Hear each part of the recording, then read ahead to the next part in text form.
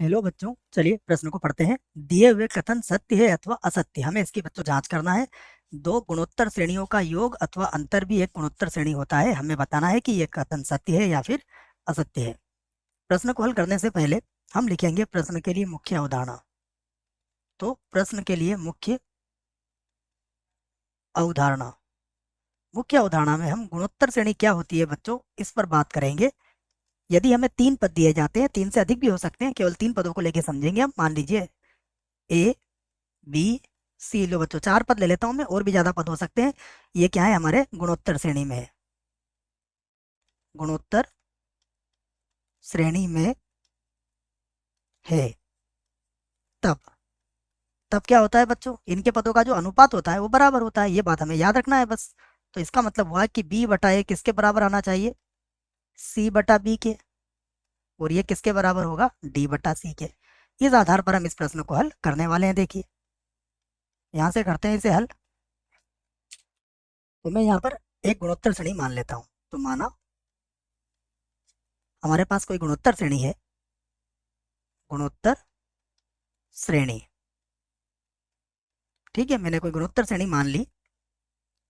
पहला पद जिसका ए है, उसके बाद ए आर, उसके बाद है ए आर का वर्ग, उसके बाद है ए आर की घात 3। और इसी प्रकार इसके आगे भी पद होंगे।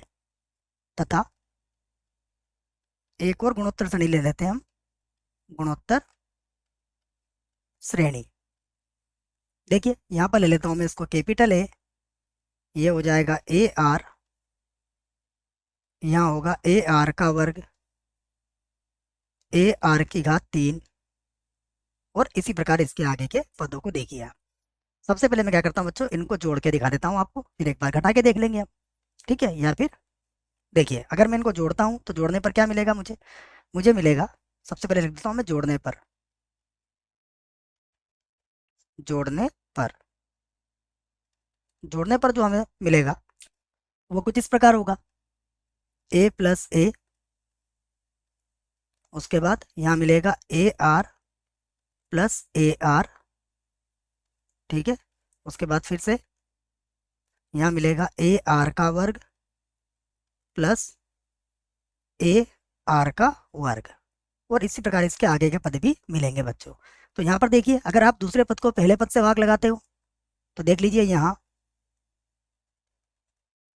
यहाँ यदि आपने A R plus capital A R लिखा तो बटे में क्या होगा, ए प्लस ए।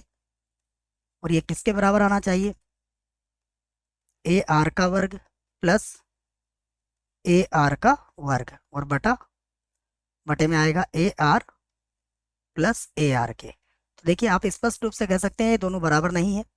इसका मतलब अगर हम दो श्रेणियों को जोड़ेंगे तो वो गुणोत्तर श्रेणी में नहीं बनेगी। ठीक है, अब इसी प्रकार देखिए, यदि हम इसको घटाते हैं बच्चों। ठीक है, अब यहाँ से समझिएगा आप। मान लीजिए मैं इसको घटा देता, यहाँ पे घटाया मैंने, यहाँ पर भी घटाया, और यहाँ पर भी घटाया। अगर घटाते तो क्या होता, यहाँ पर चिन्ह आ जाता माइनस का, यहाँ पर भी माइनस, यहाँ पर भी माइनस आता, और यहाँ पर भी माइनस, तब भी ये बराबर नहीं होते। इसका अर्थ क्या हुआ कि हमारा जो कथन है वो क्या है बच्चों, असत्य है। तो हम लिख देंगे यहाँ पर कि अतः कथन क्या है, असत्य है।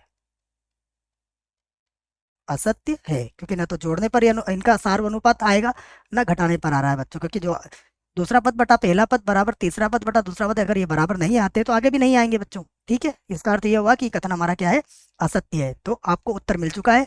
मुझे आशा है बच्चों प्रश्न का उत्तर समझ में आया होगा। धन्यवाद।